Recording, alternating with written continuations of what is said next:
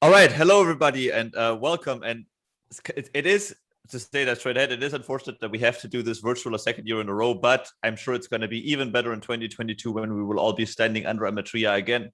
So welcome everybody to Amatria's third birthday celebration. It's kind of incredible. Amatria's age kind of correlates perfectly with Laddie Hall's age too, and it is odd to think that it has already been 3 years. So thanks everybody today for coming to this virtual event. We are going to begin our little ceremony here with a speech by Kadi.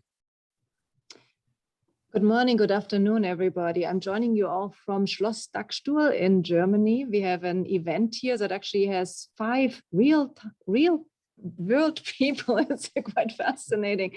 We are all still amazed by this being possible, and 25 being virtually guests here. And I think we are all coming back. We have to reboot it. We have to create a new renaissance after we have been confined to our homes for quite a while now. And I think it's going to be very interesting how we all come back together. It's wonderful to have Amatria's third birthday here. And I believe it's great to celebrate together. It would be even better if we could eat all chocolate cake together. Those which eat together stay together.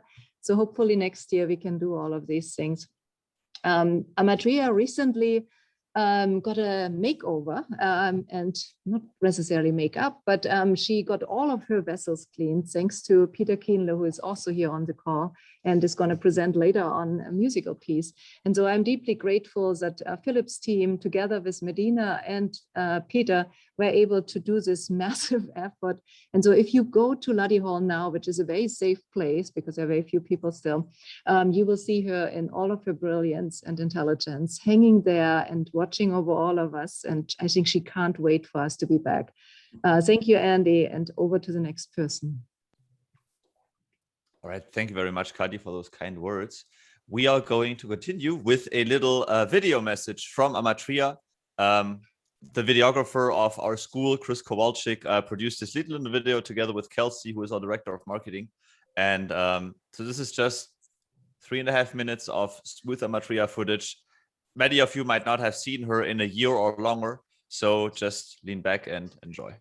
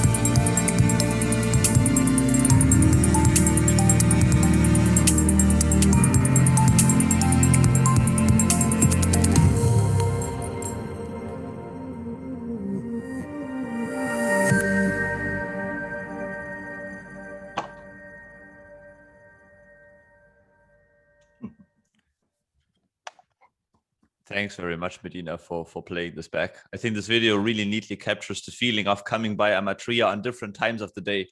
I spent a lot of time in Lady Hall last year for collecting data for my research.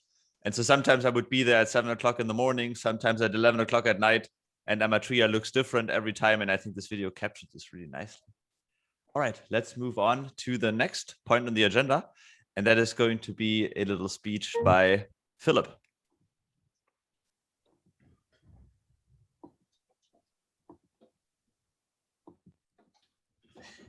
So Andy, just transfer to me. Thank you.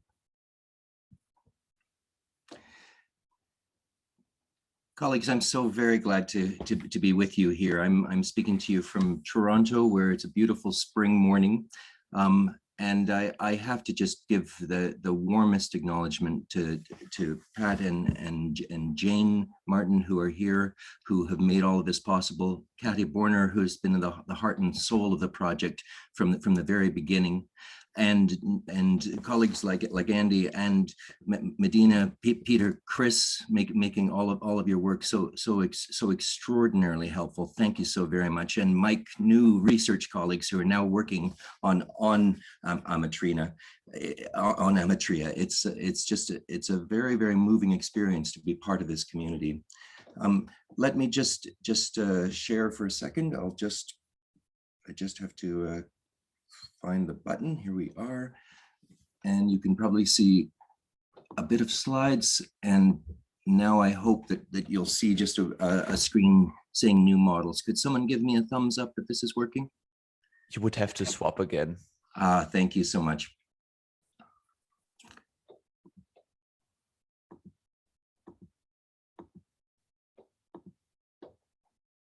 Okay. Yep, that's better.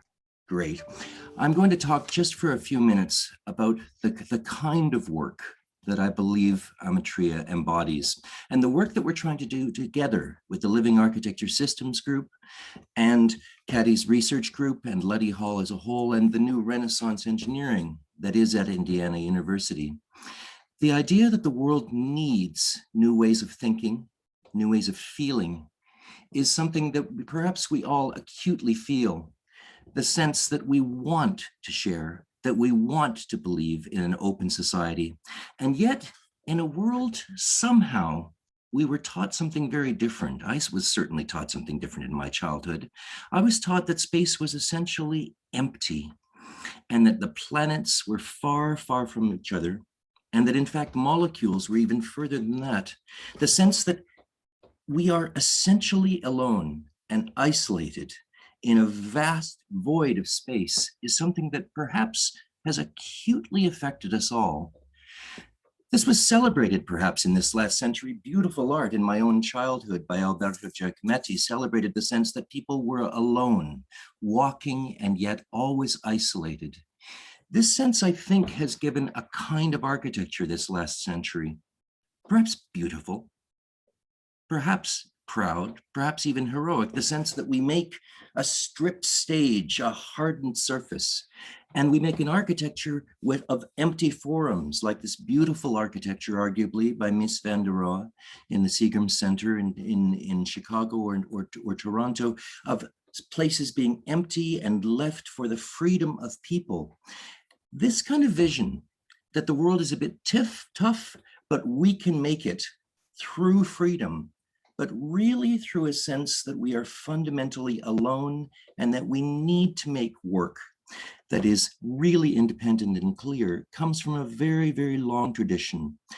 A tradition perhaps of humanism itself, in which we think that the messy business of being alive is circumscribed by pure geometries, like this extraordinary drawing by Leonardo da Vinci, which shows that outside of the messy human is this pure circle and square. This might seem beautiful, and there certainly are parts of it that are beautiful.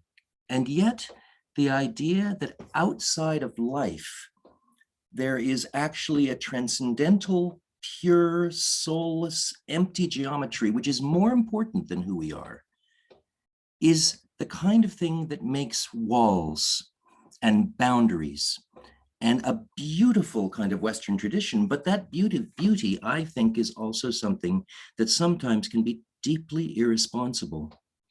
I say that rather strong statement because I think it's irresponsible to make hardened walls that leave some people outside, insisting on the kind of clarity which refuses to look at the kind of ambiguity and ambivalence that is the truth of who we all are, becoming, sharing, is something that asks surely for a different way of thinking.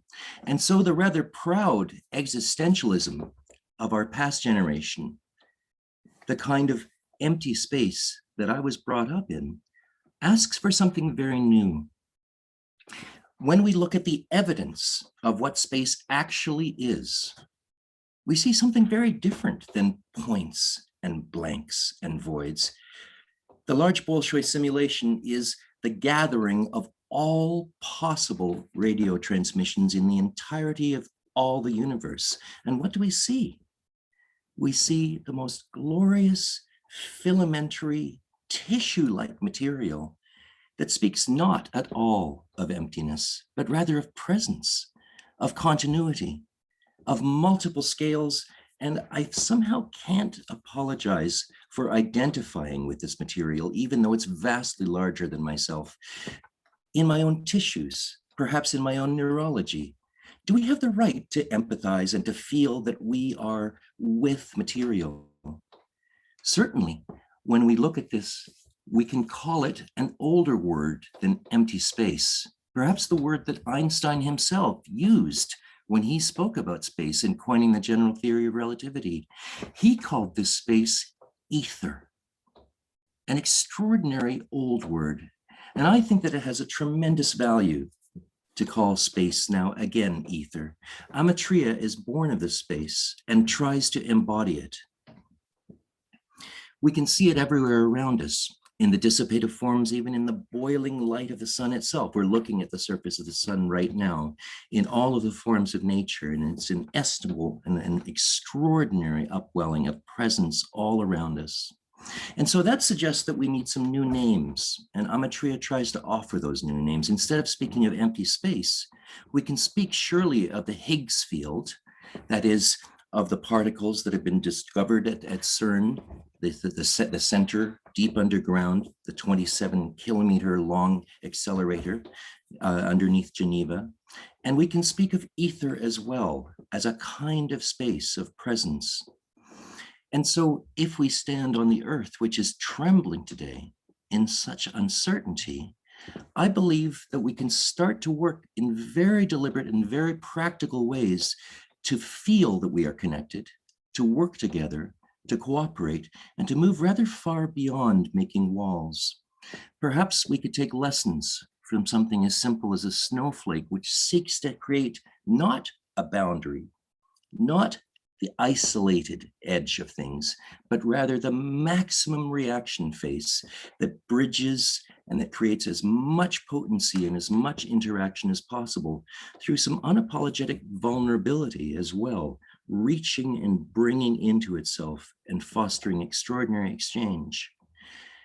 And so the way we make things, which offers its strategies in Amatria, replaces a word like boundary and walls with the manifold, with the many.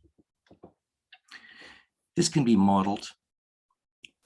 It can be created in a kind of easeful washing back and forth. We're looking at a model of turbulence right now, which is not a hurricane or a tsunami, but rather the kind of idyll that comes just at sunset when the waves just wash back and forth.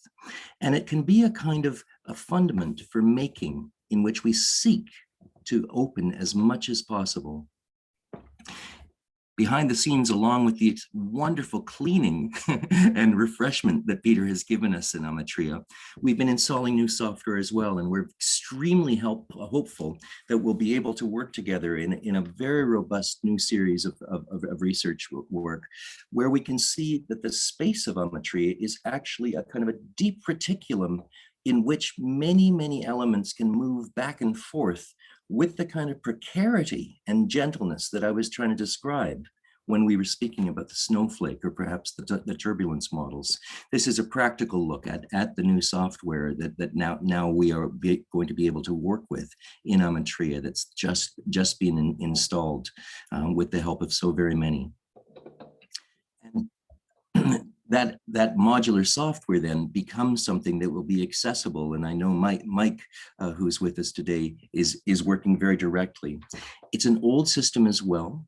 That is the sense that the mathematics behind this is based on precarity and swerving and making the most of the tiniest little variations in things. Perhaps we're reminded of the butterfly that caused the tsunami, or that Ilya Prigogine, the physicist, spoke about 60 years ago. This is a very old kind of mathematics in which we value not so much the thing which makes a big division, but rather the thing that makes the littlest tremor or the shift. And perhaps the mathematics of the Klineman, that is the minimum angle of derivation. That's when a vector comes off a circle. And we know that that kind of angle is infinitely small. And so we can savor those kinds of tiny shifts of disposition. So I'll wrap up, but I want to say that this suggests that Amatria is speaking for a fundamentally new set of paradigms. Rather than an old set of paradigms, I've been complaining about the kind of old Platonic boundary making clarity. And in architecture, we can speak about firmitas utilitas venustus, that is permanence, use, and beauty. That's a classical idea about what architecture should be. Instead, I think that we can use a new set of paradigms, perhaps the minimum ingredients for life itself, that is the ingredients that make for scaffolds and information and metabolism, working with the ingredients that make living systems themselves. So let me sum up by saying that this is an essay. Amatria is an essay in the boundaries which lie between us and in how we are deeply connected with ourselves, with the natural world, and with each other. So I hope that's a contribution. Thank you very much, Philip. That was absolutely beautiful. Thank you also for showcasing the software update that Amatria is getting, and it all just tied together really beautifully. Thank you. By the way, everybody, we are recording this event and we will make it available afterwards in one form or another. All right. So with that said, we are moving on to the next point on the agenda, which is going to be a little demonstration by Mike. Hey, Mike, thank you so much for joining us.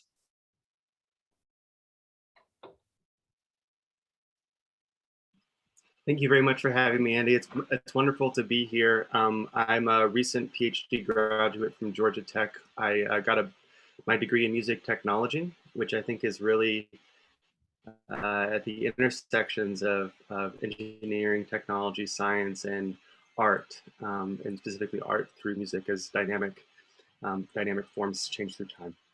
And so I am an outsider to IU. I came here in the summer and joined Greg Lewis in the Socio-Neurophysiology Lab, and became aware of Amatria through work there, and was introduced to Andy and Kati, who have graciously allowed me to interact with the sculpture, and I've brought a lot of people in and to the Living Architecture Systems group who helped me with this process.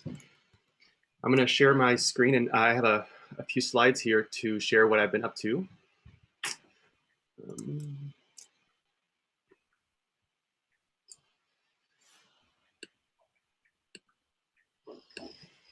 Okay, great. So my background is in brain-computer interfacing as well, specifically brain-computer interfacing with respect to music. And so I'm gonna, this is what I was doing with Amatria.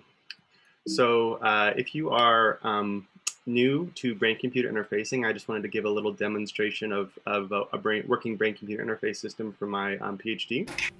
This is me using my brain or my mind to control a spaceship that's trying to shoot these white balls. And you can see that those red lights are flashing, and every one of those flashes is being picked up in my brain, and whichever one I'm attending to is determining the rotation of the ship. and or if it's shooting. And so this is actually a very common BCI protocol. BCI EEG requires a lot of neurons in your brains to be firing in synchrony so that you can create a large enough signal that can be measured and used to control things. Okay, so knocked it out. So in brain-computer interfacing, we start with the mind, the brain, and our ability to control our mind or to direct our intentionality towards something or another. And typically in this world, there's a variety of applications that we can imagine for brain-computer interfacing, many of which are involving some advanced technologies like virtual reality and augmented reality. My particular expertise is in transforming brainwaves into music. And then this particular project is about robotics. Robotics is something that I've been doing for a while. When I was at Georgia Tech, I worked in the robotic musicianship group. This is Shimon, a marimba playing robot who can improvise and listen. This is Shimmy, a portable robot that dances along with the music you choose to listen to. And this is a robotic drumming prosthesis for a drummer who's arm in an accident. And so when I joined this lab, we were working on this this interesting robotic drumming third arm project. So drummers are notoriously involving all of their limbs at the same time. And this interesting, quirky project decided to try to explore what would happen if a drummer had a third arm. So we engineered this robotic system. And the interesting thing about robotics that are attached to your body is that they're actually not attached to your nervous system. Unlike your normal limbs. And so the challenge of getting to control this arm is actually very challenging, especially when all of your arms are already occupied. So in this task, I actually used an EEG to help this drummer control their arm. Here's a demonstration. And this was funded by the NSF, a grant that I wrote. Here's a demonstration video of that working.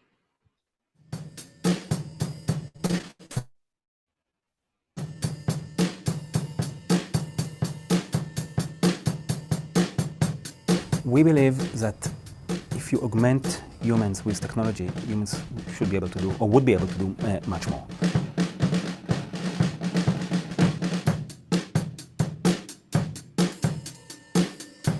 Okay, and so this past few months, I've been interested in this idea of making a brain-computer interface for Amatria.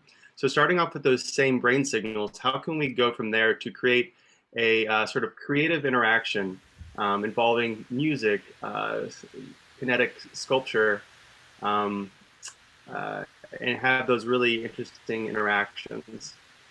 This is a very exciting idea to me, and when I came to this project, I had no idea how to operate Amatria, so I'm very grateful for all the help Living Architecture Systems group. When I first got here, I joined Greg Lewis, who is the director of the Socio-Neurophysiology Lab, and got involved with this project classifying EEG brainwaves with some other really talented grad students, Veda, Akil, and Aiden. So classifying EEG brainwaves is a way of trying to figure out what a person might be thinking about. And so we used a data set of EEG involving people doing mental arithmetic or doing rest. And so the challenge is, given these quite complex nonlinear signals, how do we extract from that to determine what someone is doing? Whether they're active or inactive? And this involves deep learning. And I'm very excited to share these results. So we looked at two different things, the effect of different electrode positions and the effect of window size. And so these are some corollary results, but this shows a very high accuracy of classification for different electrode positions. This is all the electrodes, 23 electrodes, even down to just a single electrode.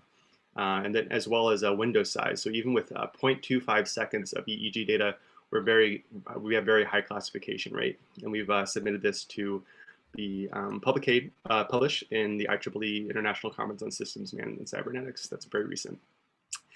And so I guess about November, I started talking to Kadi and Andy and became aware of this beautiful sculpture.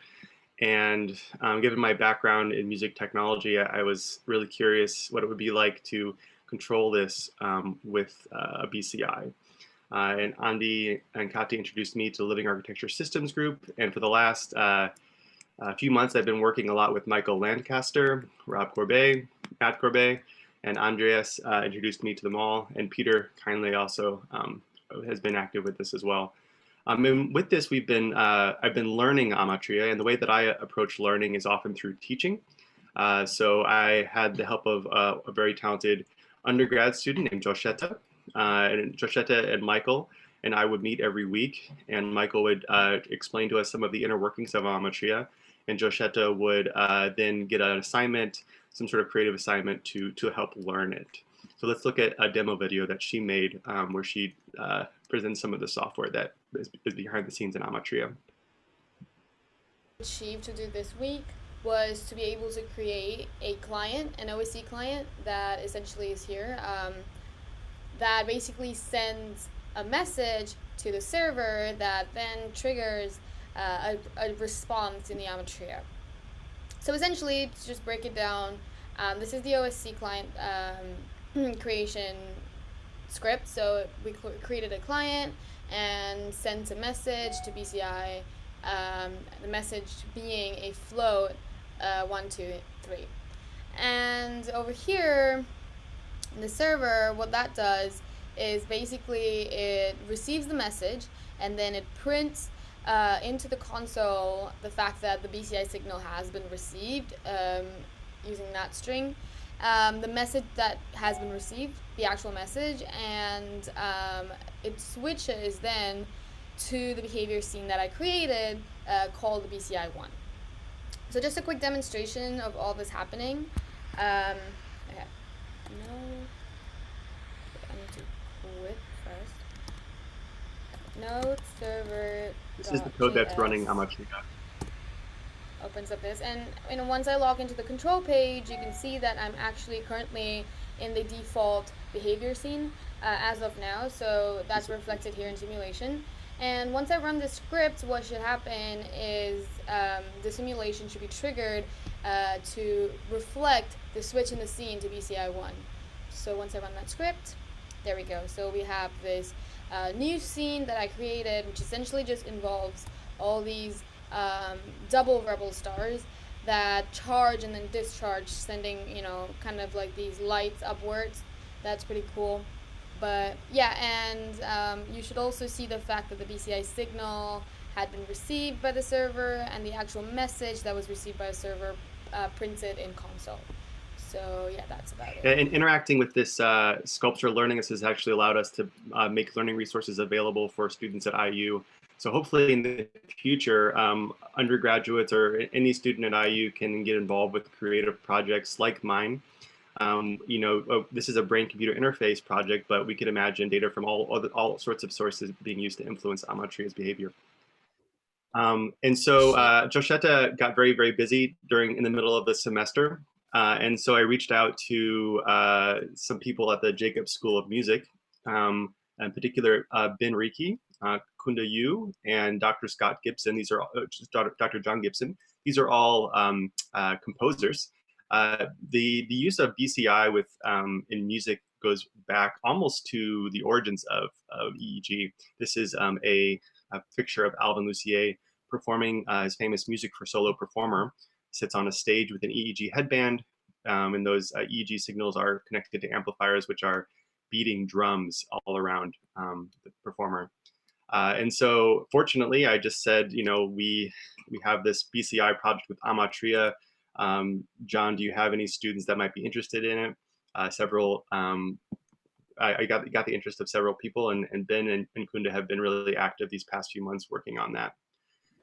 So here is Ben showing us how to do this with Max MSP, which is a visual coding language. These waves RR1 and SS2, I have subscribed to various things in the sim. And this slider here will scale a message from 0 to 1.5. And that should go to the server and then modify stuff in the sculpture. So we'll see.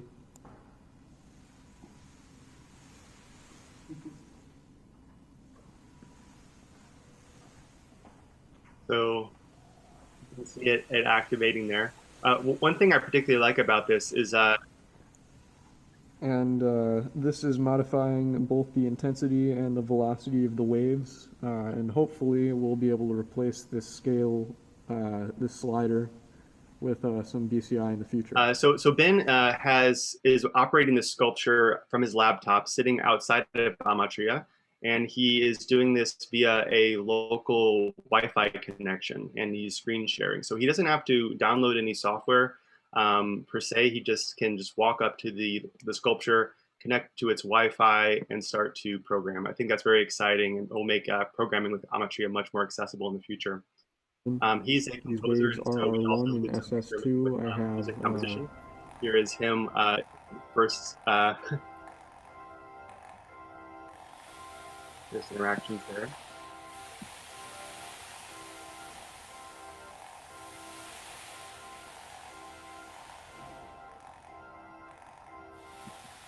And so I like this for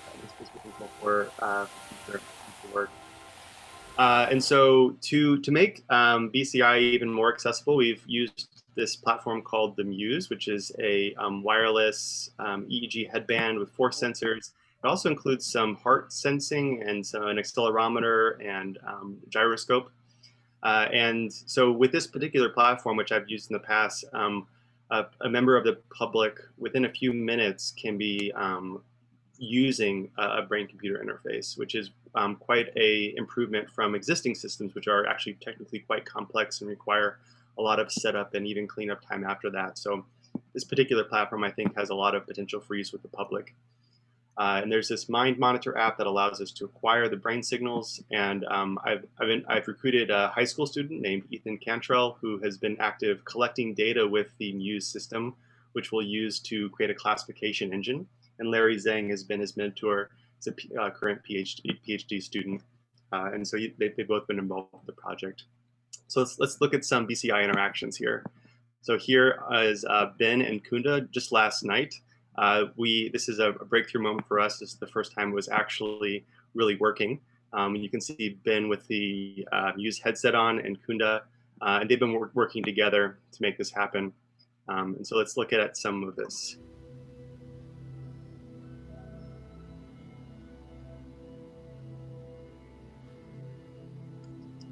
Okay, the volume's a little low.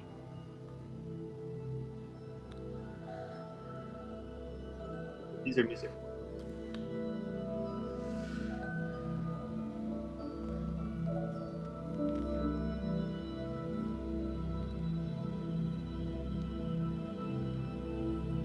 Amatria has a 10-channel speaker system, and that is very, very interesting to Kunda and Ben. And we're working on ways of making it possible to send 10 channels of audio at the same time to create a really nice immersive audio experience as well. Here's a BCI from Ben.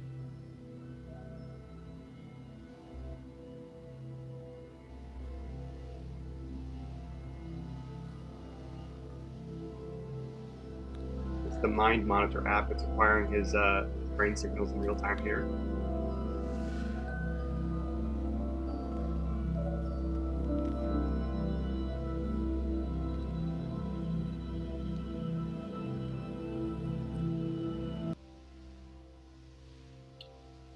There's the moths that when they vibrate make this nice sound, and it's really interesting to hear those along with the music that's created.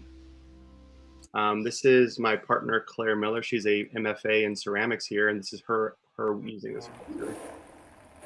This has a beating sound in the background. That's Amatria, and you can kind of see from this.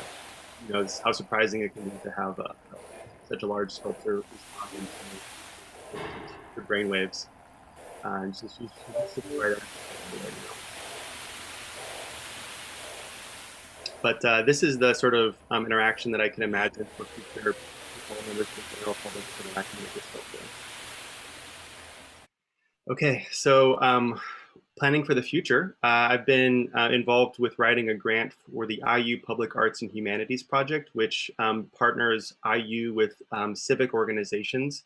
And this grant is designed to bring members of the general public and those of Southern Indiana in a closer relationship with IU through the arts and humanities. I've been involved with a collaboration with Wonder Lab.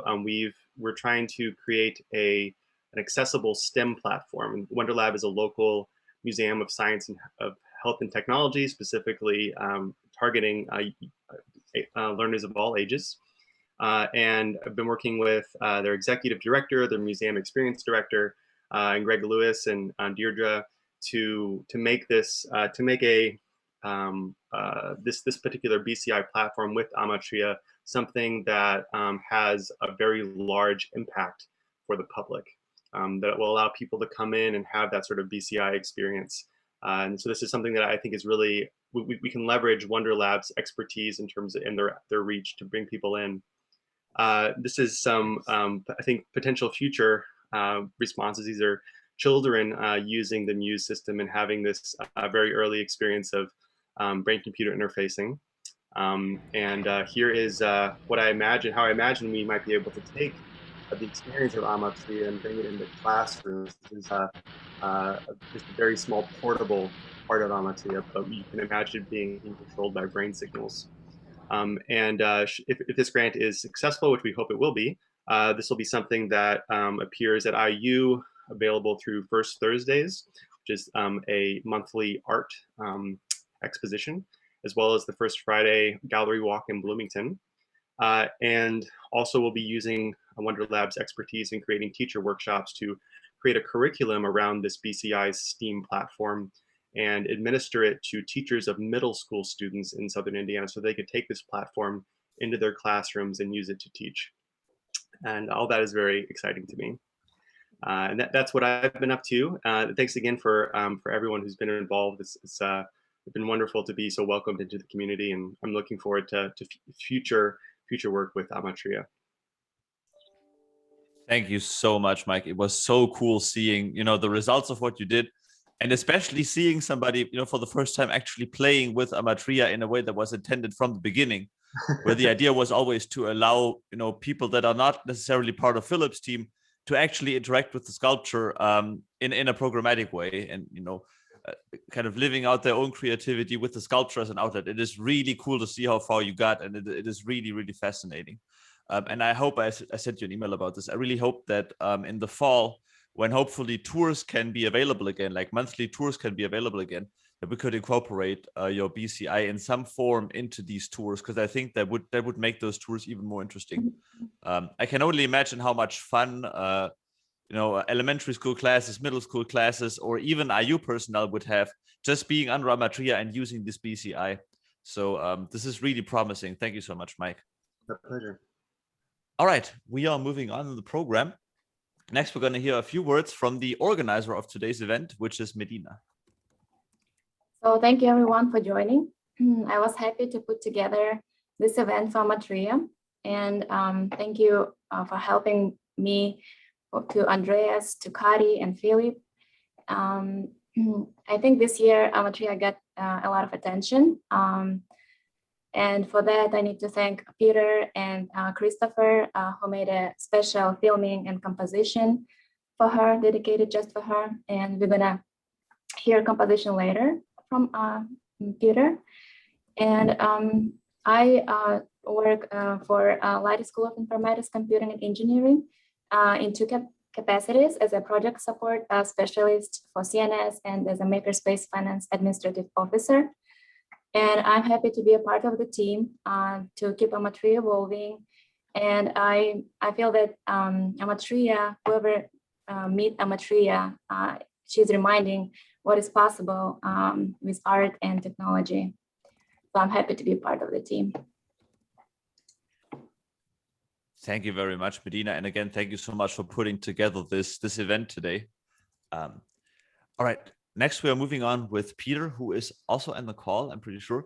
So Peter is probably the person that spent by far the most time with Amatria since the beginning of the pandemic. Peter is a very gifted musician and just very gifted with his hands. And he has been working on Amatria, cleaning glass vessels a lot over the past couple of months.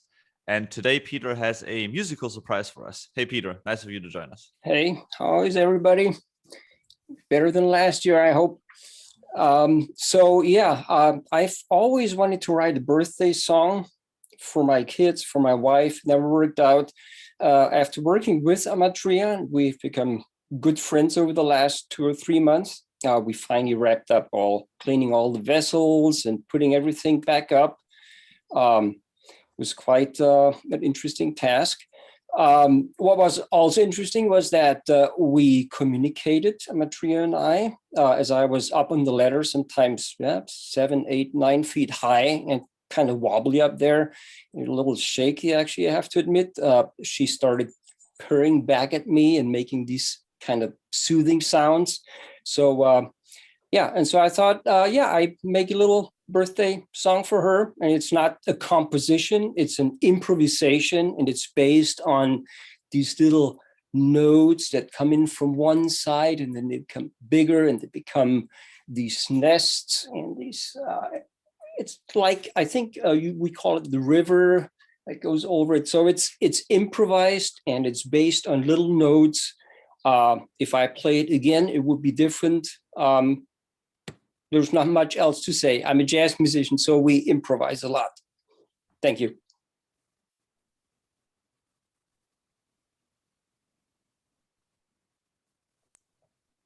Thank you very much, Peter. All right. I'm going to share with the composition, Peter. Do you want me to share? Yes, please.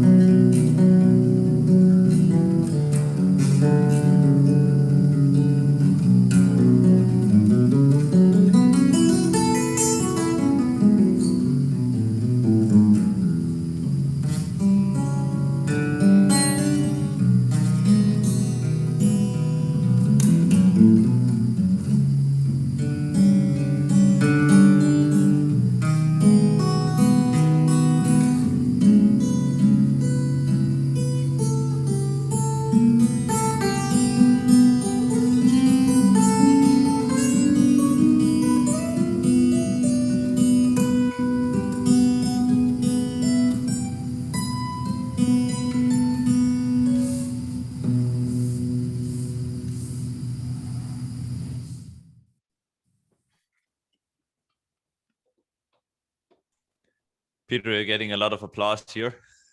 Oh, thanks. If we were actually standing under Amatria, it would be echoing throughout the entirety of Luddy Hall.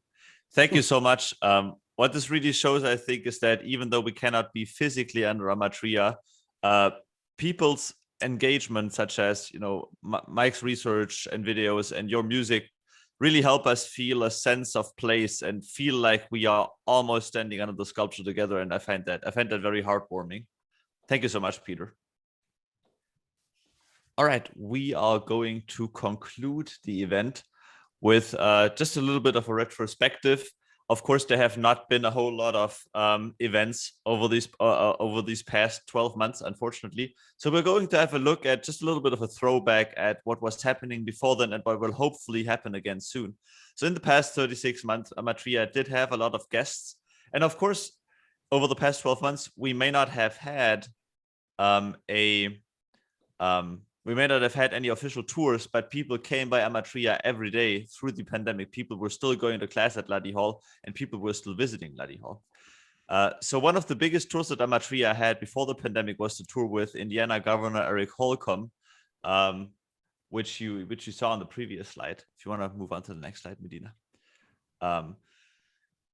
So 3 years ago, almost exactly to the date, was the opening night of Amatria. I'm pretty sure we all have very fond memories of that night. It was pretty magical. And I think this picture here captured by Anne Schertz really captures the magic of that night.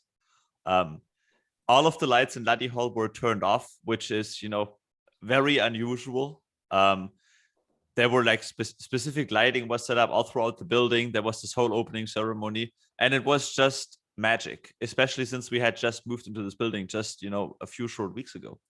Right, if you want to move on to the next slide. Then, of course, about a year ago, Kadi had the idea that we should have a birthday celebration just to properly celebrate the fact that we have this sculpture in Bloomington now.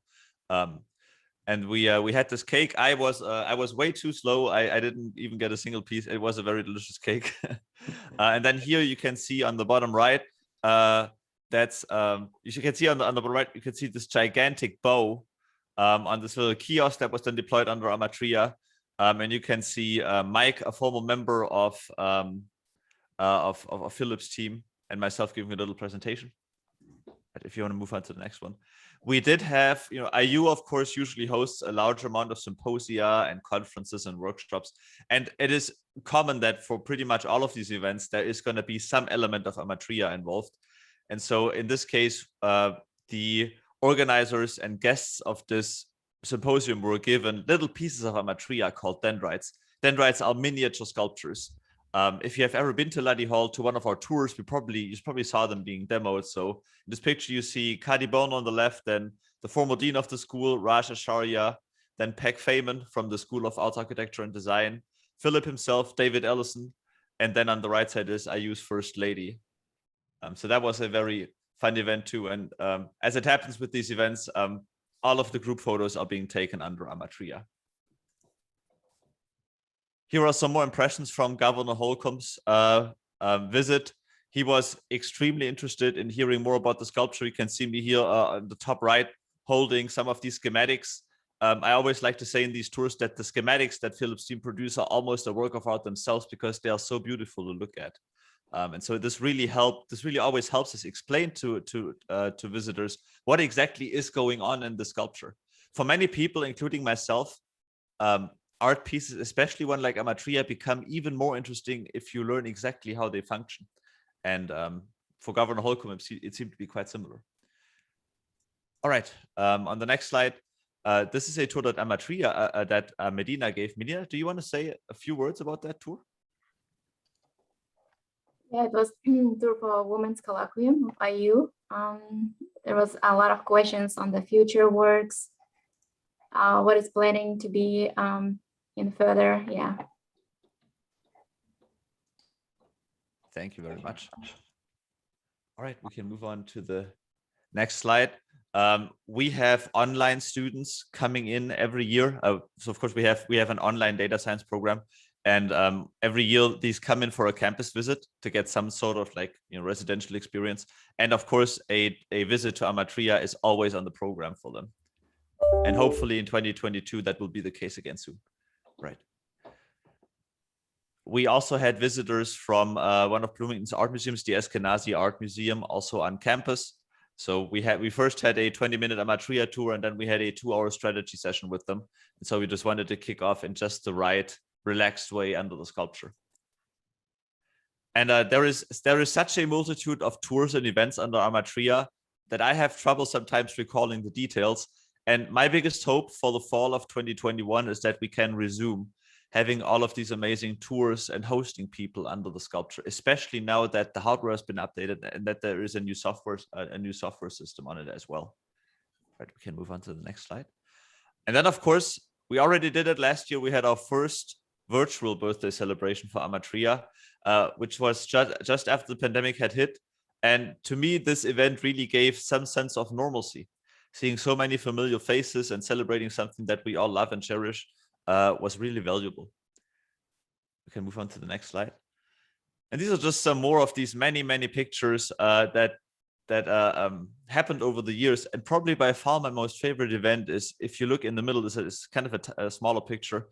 This was a tour for elementary and middle school students. And those were usually, when I ask people at the end if they had questions, they're just like awestruck. They just stand under the sculpture and look. These students had all the questions. And we actually had to severely cut back on time just because there were so many questions, some of which were actually hard to answer. And I would have loved for Philip to be there to give them, all the answers that they deserve. All right. There have been a few updates over the past couple of months. Most importantly, in the summer of 2019, if you want to go forward one slide, we hosted the Amatria team for a second time. Philip graciously, pro bono, sent down a team to perform a set of hardware and software updates for the sculpture. And so you can see here parts of the scaffold being rigged back up again from the scaffold that we had originally when Amatria was built. Right, if you want to go forward one slide. The Living Architecture Systems Group, which is the academic practical consortium that Philip is heading, now has a podcast. And Philip, maybe do you want to say a few words about this podcast? Sure. Thank you so much, Andy. And my wonderful colleague Rob Corbett is here in the chat, who's heading the podcast initiative. This will be an ongoing series where we speak about the potential of testbeds like Amatria to offer a new way of making the built environment, thinking that architecture could in fact be understood as a living system. So please follow the links in this and take a look at www.lasg.ca for ongoing community activities. Thank you so very much, Philip. All right, this concludes the official birthday celebration. I do sincerely and truly hope that for her fourth birthday, we are actually going to be standing under the sculpture again, all together, sharing coffee and pie on a lovely morning or a lovely afternoon.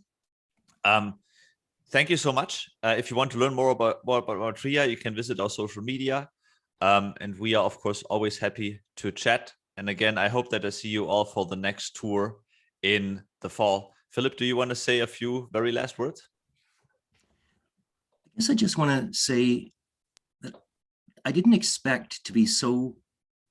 I knew that it would be wonderful to be back with you all in this occasion, but it has been really delightful and so fundamentally encouraging. I love seeing this community. I love being part of it. It's an extraordinary honor and a privilege, and so very encouraging. Thank you so very much. All right, thanks everybody. So have a wonderful week and enjoy the rest of your morning. Yeah, thank you everybody for joining. Thanks all. Bye-bye. Bye.